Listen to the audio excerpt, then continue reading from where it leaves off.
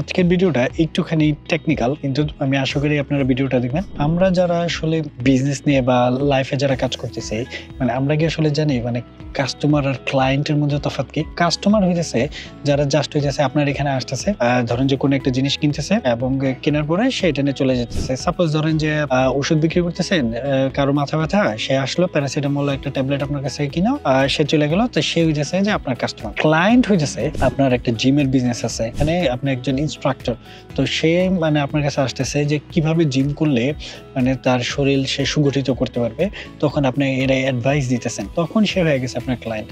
তো সেজন্য এইটা আসলে ফুড ইন্ডাস্ট্রির সাথে কিভাবে জড়িত, সেজন্য আমি বলতেছি যে আমরা যারা রেস্টুরেন্ট বিজনেস করি না, আপনার প্রোডাক্টটাকে এমন ভাবে আপনার দাঁড়া করাইতে হবে যখন লোকজন যখন আসে সে যেন মনে করে যে না, আপনি আসলে যেই খাবারটা বানাইতেছেন, যে বিরিয়ানিটা বানাইতেছেন, আপনি হইতেছেন পুরো স্পেশালিস্ট, কারণ আপনি এই খাবারের A to Z জানেন। তখন সে বারবার আপনার কাছ থেকে এসে খাবার নেবে, তখন সে আর আপনার কাস্টমার থাকতেছে না, সে হয়ে যেতেছে আপনার ক্লায়েন্ট।